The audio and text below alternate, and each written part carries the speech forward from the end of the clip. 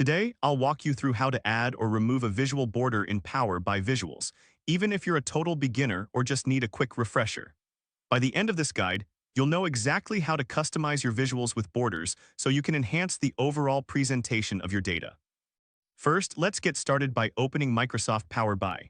If you're not familiar with the interface, don't worry if your dashboard looks slightly different.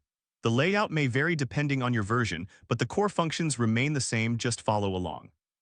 Next, click on the visual that you want to add or remove the border from. This could be a chart, table, or any other visual representation of your data. Selecting the right visual is crucial, as the border settings will only apply to the visual you choose, so make sure you have the right one highlighted.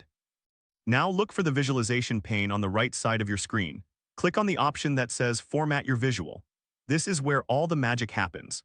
The formatting options allow you to customize your visual to fit your needs. Think of it as dressing up your data for a presentation. Once you're in the formatting menu, scroll down and click on General.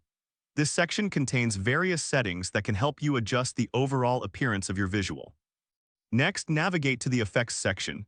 Here you'll find the option for Visual Border. To add a border, simply toggle it on. This is like putting a frame around a picture. It helps to highlight your data and make it stand out. After toggling the border on, you can adjust it based on your preferences. You have the ability to change the color, adjust the rounded corners, and set the border thickness. This customization allows you to align the visual with your brand or the theme of your report, making it not only functional but visually appealing as well. If at any point you decide that you no longer want the border, it's just as easy to remove it. Simply toggle off the radio button for visual border, and your visual will revert to its original state. And there you have it. You've successfully learned how to add or remove a visual border in Power by Visuals.